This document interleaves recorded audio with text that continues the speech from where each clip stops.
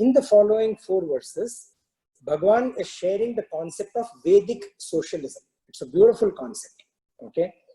So explain how the work with the spirit of service without a selfish motive or without a motive for selfish gain, personal selfish gain. How do you do that? And Krishna says only in the spirit of cooperative endeavor, that is only in the spirit of yajna, can all species prosper. Man, in his extreme greed, in his extreme selfishness, extreme desire to possess more, man has basically been stampeding the natural rhythm of God's society.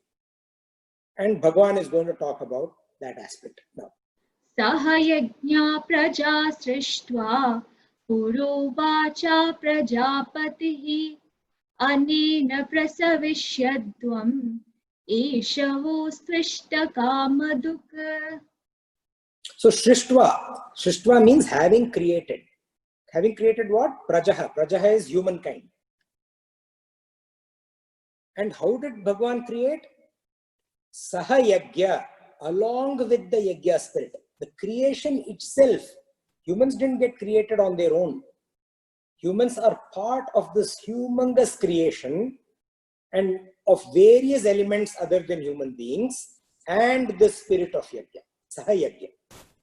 Puro vacha prajapatihi. In the beginning, said who? The creator, Prajapati. Prajapati means creator. Puro, in the beginning. Prajapati, the creator. Uvacha, said. And what did he say? He said, Anena prasavishayadvam. By this, Anena, by this, by what? By this yajna spirit. By this yajna. Prasavishayadvam. May you grow. May you prosper. Esha vostu ishta kamadukha. And let this be for you the cow of plenty. Ishta kamadukha is the cow of plenty. So one meaning of yajna is worship. Like I said earlier, yajyo vaihi ishvaraha. One who is worshipped.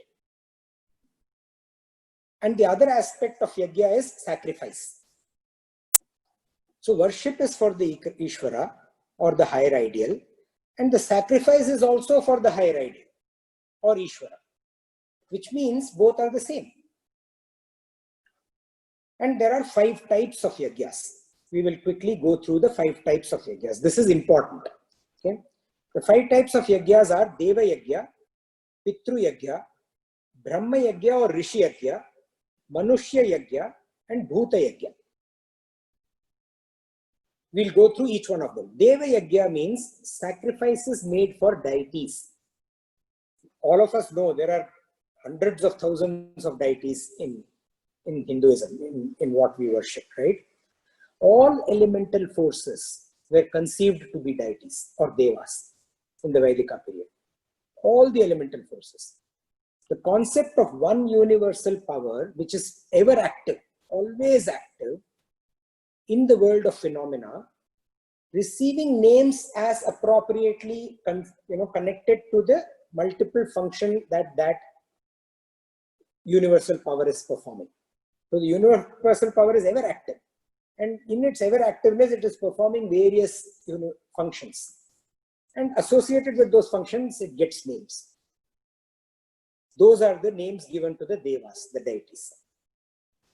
In the Brihadaranyaka Upanishad, it is said, how many devas are there is a question that is asked, and the answer is given. And the answer goes in 7 ways. It says 1A, 303, 3003, or 33, or 6, or 3, or 2, or 1.5, or 1. Now let's see what this means. This implies, we'll start from the 1. The one deva,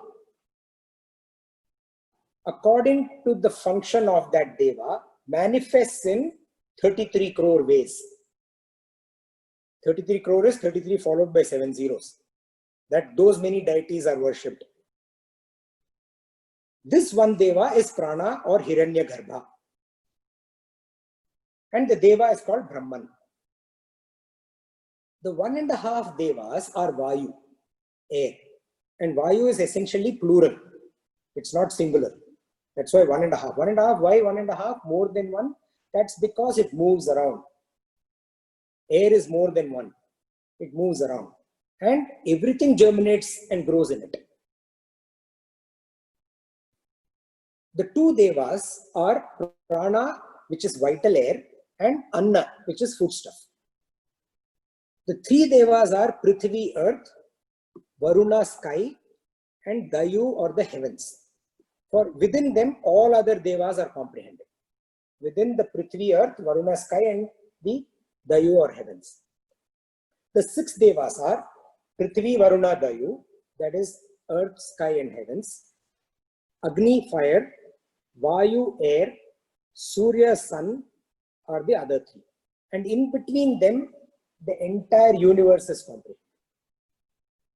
And the 33 core Devas, these are the core Devas. The 33 core Devas comprises of the 8 Vasus. The 8 Vasus then further are comprising the 5 elements.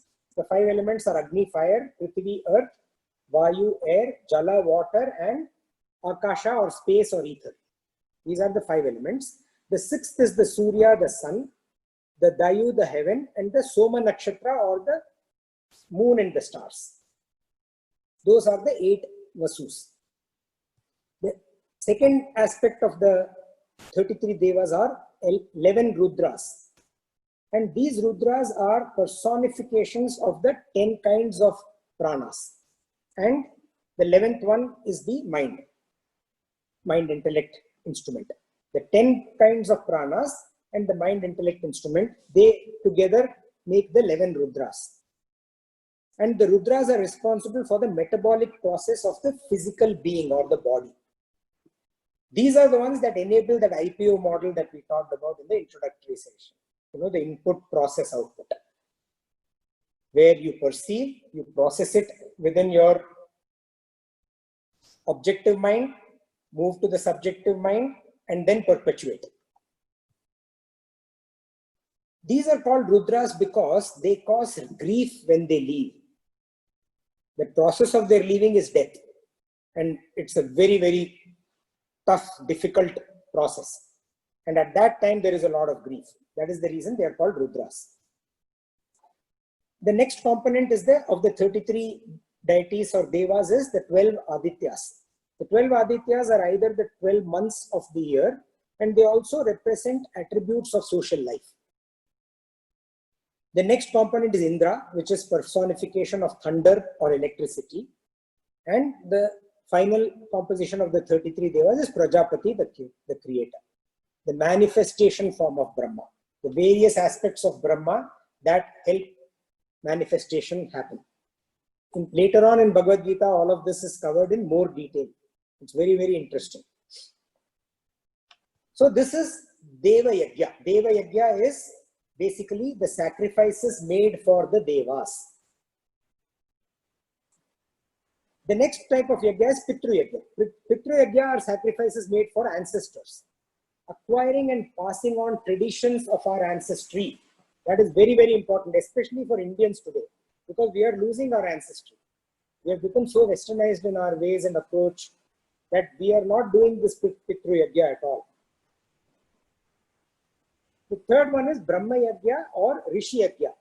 Sacrifices made for our vast scriptures, learning and spreading the ideas of our scriptural text, which are the Vedas. And also Yajnas done for the Rishis who bring them to us. The sacrifices done for them. So sacrificing some of your other daily activities to attend this satsang is a Brahma Yajna or a Rishi Yajna. So thank you very much for doing that. And those who don't do that, I'll encourage this satsang or some satsang, some kind of a pursuit which is spiritual in nature will get counted as Brahma Yajna. The next one is Manushya Yajna, sacrifices made for fellow human beings. Duties towards our family, taking care of others, helping those who are needy, helping those who are not as fortunate as us. Those come under Manushya Yajna. Socialism in governance is come from this root, stems from this equitable distribution. As a contrary to capitalism, socialism stems from this concept. By the way, bribery also stems from this concept. So everything has that yin and the yang, the good and the bad. So this aspect of taking care of people who are not as fortunate. When it is benevolence, it is yajna. When it is demanded, it is bribery. In India, there is bakshish and there is ghus. Bakshish is benevolence, ghus is bribery in Hindi. So Manushya Yajna is sacrifices made for fellow human beings. And the fifth and the last kind of yajna is Bhuta Yajna. Sacrifices made for other creatures. Letting them grow, all other creatures. Not using them to fulfill our selfish desires. So the creatures are created. The Creator created us along with these duties that we ought to perform as worship. This is not a choice. We ought to perform. And the sacrifices that we should make for the overall well-being of all elements of creation, of every single element of creation. One of the concepts that we often talk about is Vasudhaiva Kudumbakam or Kutumbakam. Vasudhaiva Kutumbakam means the whole world is a single family. Vasudha means earth, Eva is one, Kutumbakam is family. The whole world is a single family. This concept essentially urges people to practice acceptance and also live in harmony with each other. First, ensure the welfare of fellow creatures, and then, after that, derive your own welfare from that, what you have done for other creatures. It follows. Give away everything you have, give away everything you know, and more will come back. This verse is one of the most beautiful verses in Bhagavad Gita and also one of the most abused ones. Like I said, the benevolence and the bribery. Most beautiful and most abused. The Creator created the universe as one cosmic community, along with the spirit of service. One huge cosmic community along with the spirit of service. And also gave the capacity to sacrifice to people. All of us have the capacity to sacrifice. It comes naturally to animals. It comes naturally to plants. It comes naturally to other creatures. But we, because of our intellect, have taken away that natural ability. We have that inherent, inbuilt capacity of sacrifice. And with that, the Creator wanted us to live together, share, grow, and prosper together.